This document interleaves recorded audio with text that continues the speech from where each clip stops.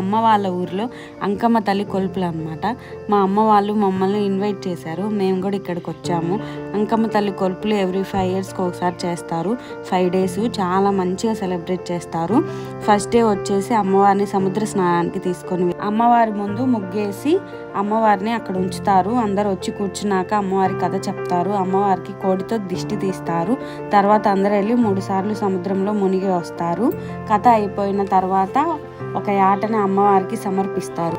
తర్వాత అమ్మవారిని సముద్రం ఒడ్డు దగ్గర ఉంచి సముద్రంలో నీళ్లు రాగి బిందులో ఉన్న అమ్మవారిని వచ్చి తాకుతాయి. అలా 3 సార్లు అమ్మవారిని తాకుతాయి. తర్వాత అమ్మవారిని ఊర్లోకి తీసుకువెళ్ళి ఉంచుతారు. అమ్మవారికి ఆటలు కోసి అందరికీ భోజనం పెడతారు. సాయంత్రం అమ్మవారికి సంబరం చేస్తారు. ఊర్లో వాళ్ళంతా కలిసి ఆనందంగా సంబరం చేసుకుంటారు. సంబరం అయిపోయాక అమ్మవారిని తిరిగి మా అమ్మ వాళ్ళ ఊరికి తీసుకొని వచ్చేస్తారు.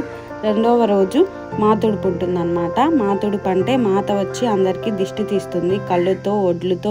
మూడవ రోజు వచ్చేసి అమ్మవారికి అందరూ పొంగళ్ళు సమర్పిస్తారు. అమ్మవారి దగ్గర ఆటలు కోస్తారు. చుట్టాలను పిలుచుకొని ఆనందంగా కొలుపులు చేసుకుంటారు. వచ్చిన చుట్టాలకు భోజనాలు పెడతారు. అదే రోజు సాయంత్రం అమ్మవారికి చీరలు ఊరేగింపు ఉంటుంది. అమ్మవారి చీరలను తీసుకొని ఊరంతా. 4వ రోజు వచ్చేసి అమ్మవారిని పుట్టాన్ దగ్గర పెడతారు. అదే రోజు సాయంత్రం ఆడపిల్లలు పానకం వడపప్పు ఎత్తుకుంటారు. చిన్నపిల్లలకి పాప వేషం వేస్తారు. పాప వేషం అంటే పీచుతో గడ్డం మీసాలు పెడతారు. అలానే గంటలు మెడ. ఆ రోజు సంబరం నైట్ నుండి మార్నింగ్ 6 వరకు జరుగుతుంది. పానకం వడపప్పు అమ్మవారికి సమర్పించాక అందరూ ఇంటికి వెళ్తారు. వారు ఇంట్లోకి వచ్చి ఆడవాళ్ళు డ్యాన్సులు వేస్తారు. చాలా బాగా ఉంటుంది కొలుపులు. యూత్ వచ్చేసి డీజే పెట్టుకొని బాగా ఆనందంగా డ్యాన్స్లు వేస్తారు అందరూ.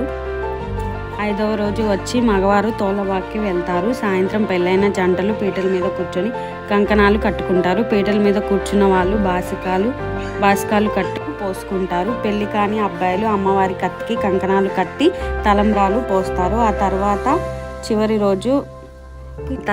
చివరిలో ఆడపిల్లలు అందరికీ హారతి ఇస్తారు. ఇలా ఈ 5 రోజులు కొలుపులు చేసుకుంటారు.